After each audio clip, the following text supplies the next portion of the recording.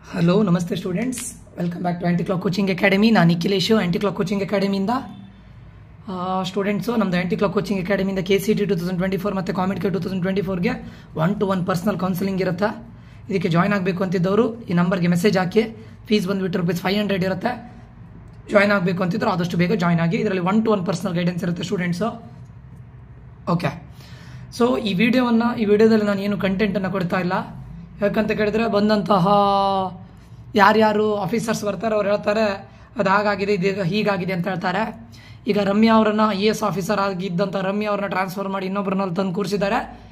Result ಬಂದಾದ ನಂತರ 1 ವೀಕಲ್ಲಿ ವಿದಿನ್ 1 ವೀಕ್ ನಾವು ಸೀಟ್ ಮ್ಯಾಟ್ರಿಕ್ಸ್ ರಿಲೀಸ್ ಮಾಡ್ತೀವಿ ಅಂತ ಹೇಳಿದ್ರು. 1 ವೀಕ್ ಆಗಿ ಹೋಗಿದೆ. ಇನ್ನು ಯಾವಾಗ ಮಾಡ್ತಾರೆ ಗೊತ್ತಿಲ್ಲ. ಇನ್ನು ನಾಳೆ 1 ದಿನ ಇದೆ. ಈ ವೀಕೆಂಡ್ ಕೂಡ ಆಗುತ್ತೆ. ಸ್ಯಾಟರ್ಡೆ ಸಂಡೇ ಅಂತೂ ಅವರು ರಿಲೀಸ್ ಮಾಡೋದಿಲ್ಲ, ಯಾಕಂದರೆ it's not working day. So maybe next week ಗೊತ್ತಾಗ್ಬೋದು. ಸೀಟ್ ಮ್ಯಾಟ್ರಿಕ್ಸ್ ರಿಲೀಸ್ ಮಾಡ್ತಾರೆ, ಫೀಸ್ ಸ್ಟ್ರಕ್ಚರ್ನ ರಿಲೀಸ್ ಮಾಡ್ತಾರೆ ಅಂತ ನಂಬಿಕೆ, ಗೊತ್ತಿಲ್ಲ. ಮತ್ತು ಅದಾದ ನಂತರ ನಿಮಗೆ ಡಾಕ್ಯುಮೆಂಟ್ ವೆರಿಫಿಕೇಷನ್ ಸ್ಲಿಪ್ ರಿಲೀಸ್ ಆಗುತ್ತೆ. ಆ ಡಾಕ್ಯುಮೆಂಟ್ ವೆರಿಫಿಕೇಷನ್ ಸ್ಲಿಪ್ಪಲ್ಲಿ ನಿಮ್ಮ ಕೋಡ್ಗಳಿರುತ್ತೆ. ಆ ಕೋಡನ್ನು ಯೂಸ್ ಮಾಡಿ ನೀವು ಲಾಗಿನ್ ಆಗಬೇಕು. ಅದಾದ ನಂತರ ಆಪ್ಷನ್ ಎಂಟ್ರಿನ ಮಾಡಬೇಕು ಸ್ಟೂಡೆಂಟ್ಸ್. ಆಯಿತಾ? ಇದಿಷ್ಟು ಪ್ರಾಸೆಸ್ಗಳು ಉಳಿದಿದೆ. ಇನ್ನು ನಾಳೆವರೆಗೂ ಕಾದು ನೋಡೋಣ. COMEDKದವರು ನೋಡಿ ಸ್ಟೂಡೆಂಟ್ಸು, COMEDKದವರು ಏನು ಮಾಡಿದರು ಅಂತ ಕೇಳಿದರೆ, ಸ್ಟಾರ್ಟಿಂಗು ರಿಜಿಸ್ಟ್ರೇಷನ್ ಡಾಕ್ಯುಮೆಂಟ್ ಅಪ್ಲೋಡ್ ಮಾಡಲಿಕ್ಕೆ ಜಾಸ್ತಿ ದಿನ ಕೊಡಲೇ ಇಲ್ಲ.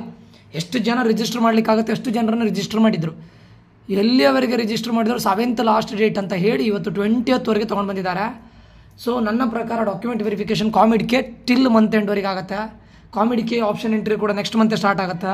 ಸೊ ಇದೆಲ್ಲ ನೋಡ್ತಾ ಇದ್ದರೆ KCETನೂ ಕೂಡ ಡಿಲೇ ಮಾಡುವಂಥ ಎಲ್ಲ ಲಕ್ಷಣಗಳು ಕಾಣಿಸ್ತಾ ಇದೆ. ಆಯಿತಾ? ಈಗ ಅಲ್ಲಿ ನೀಟು ಕೂಡ ಏನೋ ಒಂದು ಪ್ರಾಬ್ಲಮ್ ಆಗಿದೆ. ನೀಟು ಕೂಡ ಈಗ ಎಕ್ಸಾಮ್ ಹೇಳಿದ್ದಾರೆ, but not for all. So ನೀಟಿಂದ ಕೋರ್ಟಿಂದ ಇದು ಬಂದಿದೆ, ಬಟ್ ಆದರೂ ಇಲ್ಲೂ ಕೂಡ ಇನ್ನೂ ಇದು ಬರಲಿಲ್ಲ, ಸೀಟ್ ಮ್ಯಾಟ್ರಿಕ್ಸ್ ಬರಲಿಲ್ಲ. ಆಯಿತಾ? ಸೀಟ್ಗಳು ಇನ್ಕ್ರೀಸ್ ಆಗುತ್ತೆ ಅಂತ ಹೇಳಿದ್ದಾರೆ. ಎಷ್ಟು ಸೀಟ್ ಇನ್ಕ್ರೀಸ್ ಆಗುತ್ತೆ ಗೊತ್ತಿಲ್ಲ. ನನ್ನ ಪ್ರಕಾರ ಒಂದು 4,000 to 5,000 ಸೀಟ್ ಇನ್ಕ್ರೀಸ್ ಆಗ್ಬೋದೇನೋ. ಅದಕ್ಕಿಂತ ಜಾಸ್ತಿಯಾಗಿ ಇಲ್ಲಿ ಮ್ಯಾನೇಜ್ಮೆಂಟ್ ಮಾಫಿಯಾ ಅನ್ನೋದು ಎಗ್ಗಿಲ್ಲದೆ ನಡೀತಾ ಇದೆ. ಓಕೆ, ಎಜುಕೇಷನ್ ಸಿಸ್ಟಮ್ಗೆ ಬಂದಾಗಿದೆ. ನಾನು ಹೆಸರೇ ಕೇಳದೇ ಇರೋ ಕಾಲೇಜ್ಗಳು, ಟಾಪ್ 60, 70, 80ಯಲ್ಲೂ ಕೂಡ ನಾನು ಇಡದೇ ಇರದಂಥ ಕಾಲೇಜ್ಗಳು ಇವತ್ತು 3-4 ಲಕ್ಷಗಳಷ್ಟು ವರ್ಷಕ್ಕೆ ಪರ್ ಇಯರ್ ಸ್ಟೂಡೆಂಟು. ಅರ್ಥ ಮಾಡ್ಕೊಳ್ಳಿ, ನೀವೀಗ KCET ಥ್ರೂ ಹೋದಾಗ ಕಾಲೇಜಿಗೆ ಹೋಗೋದು, ಈಗ ಏನು ನೀವು ಫಸ್ಟಿಗೆ 70,000 to 75,000 ಕಟ್ತಿರೋದು ಗೌರ್ಮೆಂಟ್ ಫೀಸು. ಉಳಿದದ್ದು ಕಾಲೇಜು ಫೀಸ್ ಒಂದು 40,000 to 50,000, ಮ್ಯಾಕ್ಸಿಮಮ್ ಅಂದರೆ 50,000 ಇರುತ್ತೆ. ಅಂದರೆ 4 ವರ್ಷಕ್ಕೆ ಅವ್ರಿಗೆ ಒಂದು 2 ಲಕ್ಷ ಕಾಲೇಜ್ ಫೀಸಾಗಿ ಹೋಗುತ್ತೆ ಅಲ್ವಾ ಒಬ್ಬ ಸ್ಟೂಡೆಂಟಿಂದ. ಬಟ್ ಇವಾಗ ನೋಡಿ, ಮ್ಯಾನೇಜ್ಮೆಂಟ್ ಕೋಟಾ ಅಲ್ಲ, ಅಲ್ಲಿ KCET ಕೋಟಾನು ಕೂಡ ಫುಲ್ ಆಗ್ತಾ ಇರಲಿಲ್ಲ. ಅಂಥ ಕಾಲೇಜಲ್ಲಿ ಇವತ್ತು ಮ್ಯಾನೇಜ್ಮೆಂಟ್ ಸೀಟ್ಗಳಿಲ್ಲ ಅಂತೆ. ಅದು ಎಷ್ಟು ಹೇಳಿ 3-3.5-4 ಲಕ್ಷಗಳನ್ನು ಕೇಳ್ತಾ ಇದ್ದಾರೆ. ಪರ್ ಇಯರ್ 4 ಲಕ್ಷ ಅಂತ ಹೇಳಿದರೆ 4 ವರ್ಷಕ್ಕೆ 12 to 16 ಲಕ್ಷ. ಆಯಿತಾ? ನಾನು 3.5, 3 to 4 ಅಂತ ಹೇಳ್ತಾ ಇದ್ದಾರೆ. 12 to 16 lakhs. In terms of KCETಯಲ್ಲಿ ಹೋದಾಗ ಅವ್ರಿಗೆ ಒಂದು 3 to 4 lakhs ಆಗ್ತಾ ಇದ್ದಿತ್ತು. ಇದು 12 to 16 lakhs ಕಂಪ್ಲೀಟ್ ಕಾಲೇಜಿಗೆ ಹೋಗ್ತಾ ಇದೆ. ಮ್ಯಾನೇಜ್ಮೆಂಟ್ ಸೀಟ್ಸ್ಗಳು ಕೂಡ ಸಿಗ್ತಾ ಇಲ್ಲ. ಅಷ್ಟು ಏನು ಮಾಡ್ತಾ ಇದ್ದಾರೆ ಕೇಳಿದರೆ, ಇಲ್ಲಿ ಪೇರೆಂಟ್ಸ್ಗಳಿಗೆ ಮತ್ತು ಸ್ಟೂಡೆಂಟ್ಗಳನ್ನ ಪ್ಯಾನಿಕ್ ಮಾಡ್ತಾ ಇದ್ದಾರೆ. ಏನಂತ, ಮ್ಯಾನೇಜ್ಮೆಂಟ್ ಕೋಟಾ ಕೂಡ ಇಲ್ಲ, ಮ್ಯಾನೇಜ್ಮೆಂಟ್ ಸೀಟ್ ಕೂಡ ಇಲ್ಲ ಅಂತ ಹೇಳಿದಾಗ ಅವ್ರು ಎದುರ್ಕೊಳ್ತಾರೆ. ಮ್ಯಾನೇಜ್ಮೆಂಟು ಇಲ್ಲ, CETಯಲ್ಲಿ ನಂಗೆ ಸಿಗುತ್ತೋ ಇಲ್ಲವೋ. Last time 10,000 seats KCET through ಉಳಿದಿತ್ತು, COMEDK ಥ್ರೂ ಕೂಡ ಉಳಿದಿತ್ತು. ಓಕೆ, ಈ ಟೈಮ್ ನೋಡಿದರೆ ಮ್ಯಾನೇಜ್ಮೆಂಟ್ ಸೀಟೇ ಇಲ್ಲ ಅಂತ ಹೇಳ್ತಾ ಇದ್ದಾರೆ. ಇಲ್ಲಿ ವ್ಯವಹಾರಗಳು, ಬಿಸ್ನೆಸ್ಗಳು, ಶಿಕ್ಷಣವನ್ನು ಕಂಪ್ಲೀಟಾಗಿ ಡಿಸ್ಟ್ರಾಯ್ ಮಾಡಿಬಿಟ್ಟಿದ್ದಾರೆ ಸ್ಟೂಡೆಂಟ್ಸ್. ಯಾರಿಗೂ ಕೂಡ ಅದ್ರ ಮೇಲೆ ನಂಬಿಕೆ ಇಲ್ಲ. ಆಯಿತಾ? ಕಂಪ್ಲೀಟಾಗಿ ಮ್ಯಾನೇಜ್ಮೆಂಟ್ ಅನ್ನೋದು ಎಗ್ಗಿಲ್ಲದೆ ನಡೀತಾ ಇದೆ. ಮ್ಯಾನೇಜ್ಮೆಂಟ್ ದೊಡ್ಡ ಟಾಪ್ 10 ಕಾಲೇಜಲ್ಲಿ ಕೇಳೋದೇ ಬೇಡ. ಸೊ ನೀವು 40 lakhsಗಿಂತ ಕಡಿಮೆ ಇದ್ದರೆ ಆ ಟಾಪ್ 10 ಹತ್ರ ನೋಡೋದೇ ಬೇಡ. ಆಯಿತಾ? 40 ಮೇಲ್ಗಡೆ ಫಾರ್ 4 years ನಾನು ಮಾತಾಡ್ತಾ ಇರೋದು ಪ್ಯಾಕೇಜು 60-67 lakhs ಬೇಕಾಬಿಟ್ಟು ಕೇಳ್ತಾ ಇದ್ದಾರೆ. ಕಾಲೇಜ್ನ ಗೇಟಲ್ಲಿ ಹಬ್ಬದ ರೀತಿ ಇದೆ. ದೊಡ್ಡ ಕಾಲೇಜಲ್ಲಿ, ದೊಡ್ಡ ಕಾಲೇಜು ಬೇಡ, not even top colleges, top 70-80 ಕಾಲೇಜಸ್ಗಳು ಕೂಡ ಇವತ್ತು ಡೊನೇಷನಲ್ಲಿ ಇದು ಮಾಡ್ತಾ ಇದ್ದಾರೆ. ಓಕೆ, ಇದೆಲ್ಲ ನೋಡಿದರೆ ನನ್ನ ಪ್ರಕಾರ ಇದು ಬೇಕಂತ ಎಲ್ಲದನ್ನು ಕೂಡ ಡಿಲೇ ಮಾಡ್ತಾ ಇದ್ದಾರೆ. ಬೇಕಂತ ಎಷ್ಟು ಮ್ಯಾನೇಜ್ಮೆಂಟ್ ಸೀಟ್ಸನ್ನು ಫಿಲ್ ಮಾಡಲಿಕ್ಕಾಗುತ್ತೆ ಯಾವ್ಯಾವ ಕಾಲೇಜಲ್ಲಿ.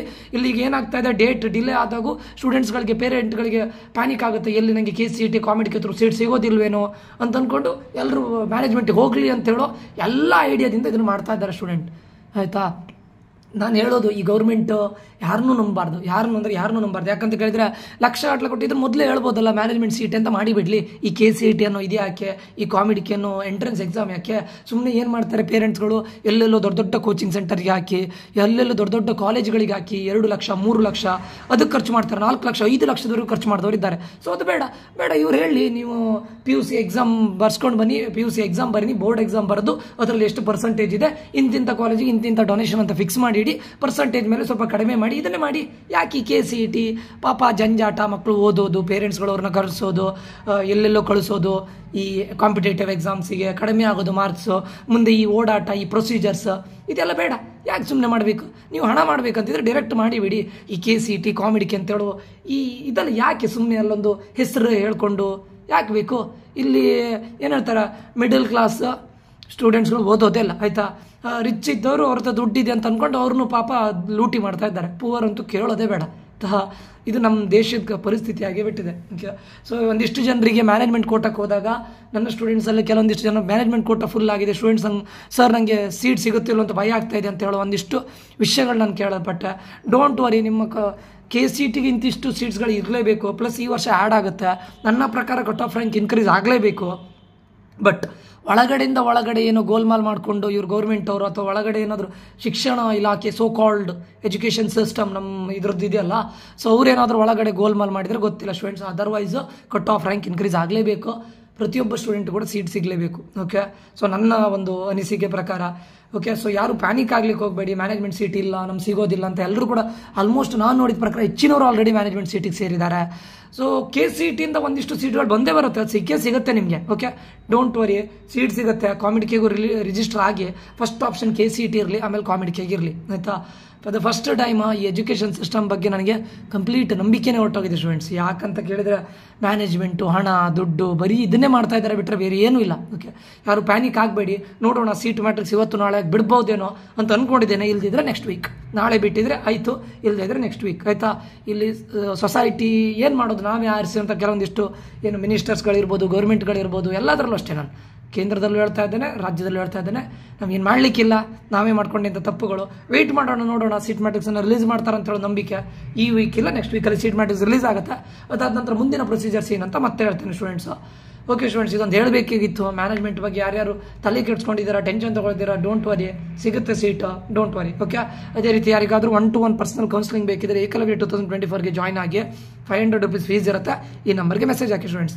ನೆನಪಿಟ್ಕೊಳ್ಳಿ, ಲಾಸ್ಟ್ ಟೈಮ್ ಇದೇ KCETಯಲ್ಲಿ 10,000 ಸೀಟ್ಗಳು ಉಳಿದಿತ್ತು, ಕಾಮಿಡಿಕೆಯಲ್ಲಿ 10,000 ಸೀಟ್ಸ್ಗಳು ಉಳಿದಿತ್ತು. ಸೊ ಈ ವರ್ಷ ಉಳಿತದೆ. ಯಾಕಂತ ಕೇಳಿದ್ರೆ ಆಲ್ಮೋಸ್ಟ್ ಹೆಚ್ಚಿನ ಸ್ಟೂಡೆಂಟ್ಸ್ಗಳು ಆಲ್ರೆಡಿ ಜಾಯ್ನ್ ಆಗಿದ್ದಾರೆ. ಯಾವುದಕ್ಕೆ? ಮ್ಯಾನೇಜ್ಮೆಂಟ್ ಸೀಟಿಗೆ, ಪ್ಯಾನಿಕ್ ಆಗಿ.